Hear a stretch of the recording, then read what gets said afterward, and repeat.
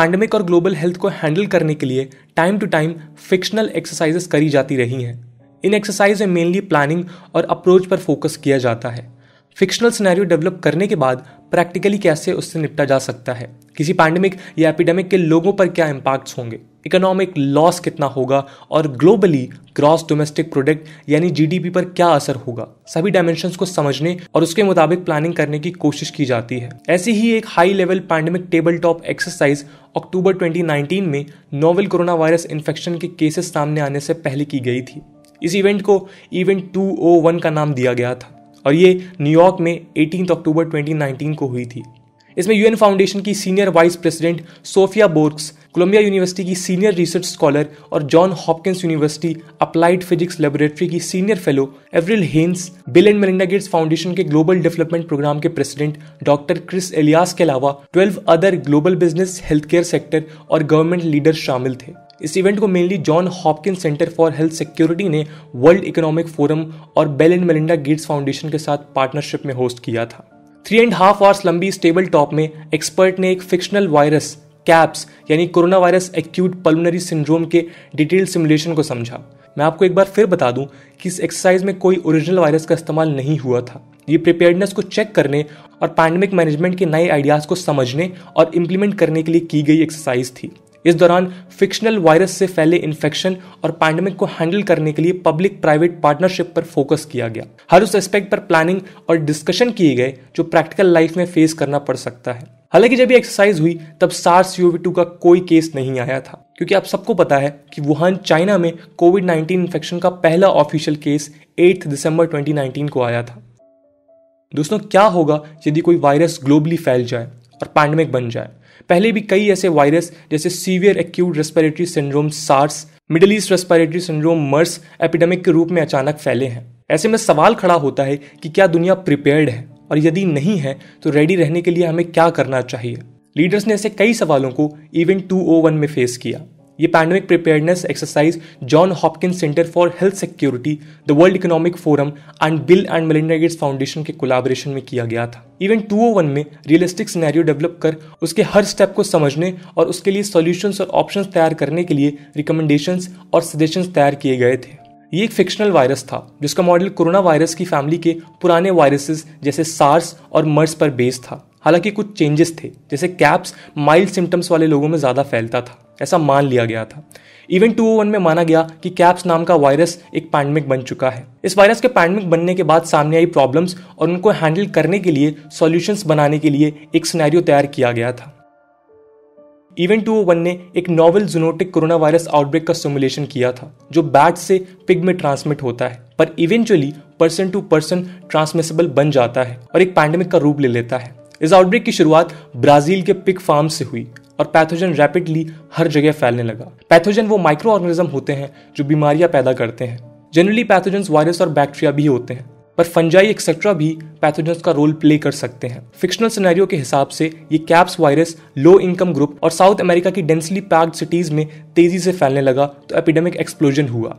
Air travel के कारण virus पहले पोर्टुगल, द यूनाइटेड स्टेट्स और चाइना तक पहुंचा और फिर अदर कंट्रीज में भी केसेस सामने आने लगे। पहले कुछ देशों ने इसे कंट्रोल किया, पर ग्रेजुअली संक्रमण अनकंट्रोल्ड स्टेज पर पहुंच गया। इस सिनेरियो में माना गया कि पहले साल किसी भी वैक्सीन का अवेलेबल होना पॉसिबल नहीं है। एक फिक्शनल एंटीवायरल ड्रग तो मौजूद है, पर वो केवल सिकनेस में हेल्प कर सकता है। डिजीज स्प्रेड पर कोई सिग्निफिकेंट असर नहीं दिखाएगा। क्योंकि ह्यूमन पॉपुलेशन पूरी ससेप्टेबल है, तो पैंडेमिक के शुरू के महीनों में क्यूमुलेटिव नंबर एक्सपोनेंशियल तरीके से बढ़े, हर हफ्ते डबल होते गए। जैसे ही केसेस और डेथ्स के नंबर पाइल अप हुए, इकोनॉमिक और सोशल कॉन्सिक्वेंसेस सीवियर होने लगे। ये सिनेरियो मानता है कि ये पैंडेमिक 18 मंथ पॉइंट पर 65 मिलियन डेथ्स पर एंड हुआ। इवेंट 201 के सिनेरियो के हिसाब से पैंडेमिक स्लो इसलिए हुआ क्योंकि ससेप्टेबल लोगों के नंबर घटने लगे।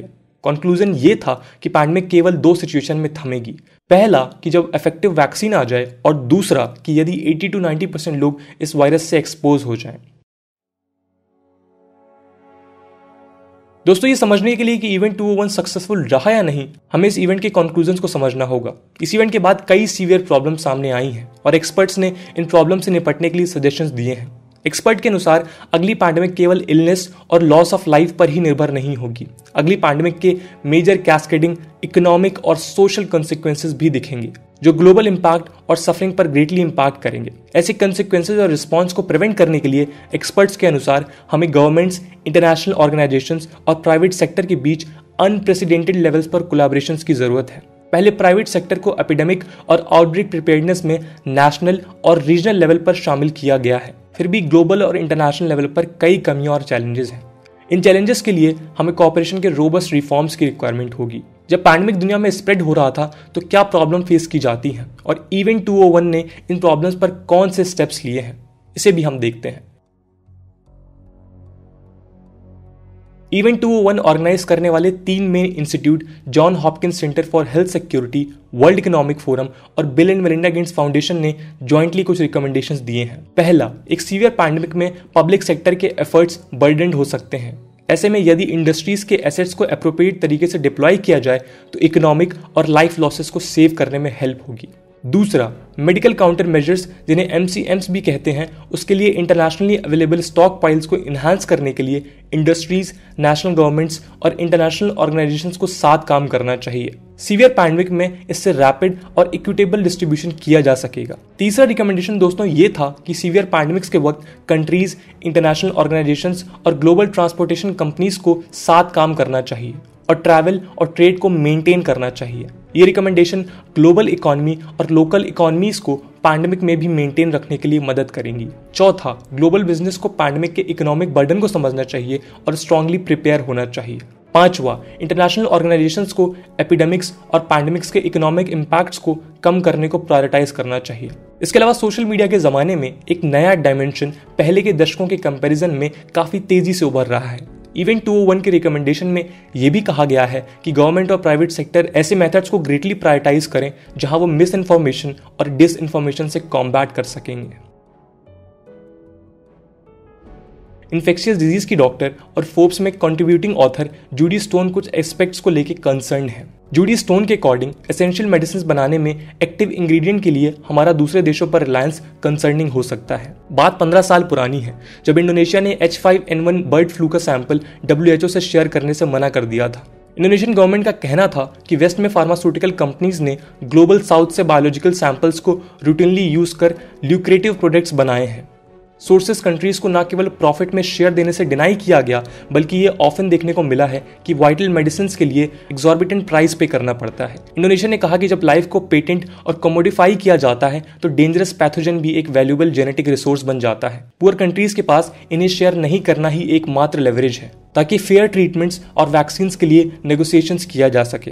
पैंडेमिक के रिस्पॉन्स में वेल्दियर कंट्रीज अपने देशों के लिए वैक्सीन और जरूरी मेडिसिन को लेकर प्री परचेज एग्रीमेंट्स कर लेती हैं। यदि ये केवल वैक्सीन के लिए होता तो उसे वैक्सीन नेशनलिज्म भी कहते।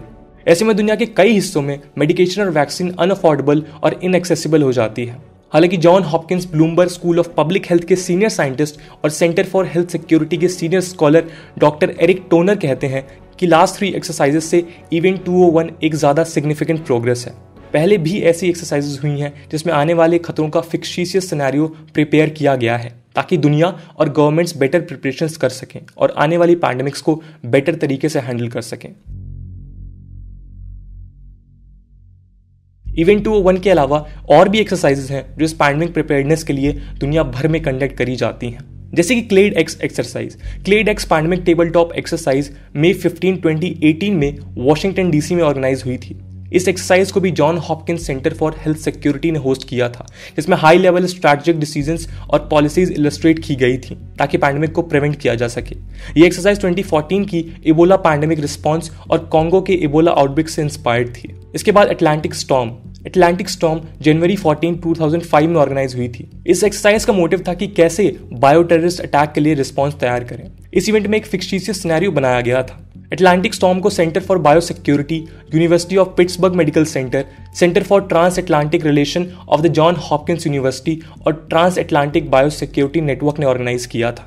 ये एक मिनिस्ट्रियल टेबल टॉप एक्सरसाइज थी। इसके बाद आती है the dark winter exercise. The dark winter exercise Andrews AFB Washington DC में जून 22 और 23 में 2001 में ऑर्गेनाइज किया गया था। इस इवेंट में यूएस सिटीजन्स पर कोविड स्मॉल पॉक्स का फिक्शनल हमला पोर्ट्रे किया गया था। यह scenario 3 successive national security council की मीटिंग में सेट किया गया था, जो 14 डेज तक चली थी। दोस्तों, आज की वीडियो के लिए इतना ही। आई होप आपको वीडियो पसंद आई होगी, और अगर पसंद आई है तो अपने दोस्तों के साथ शेयर करना ना भूलें। मिलते हैं अगले वीडियो में, तब तक के लिए जय हिंद, जय भारत।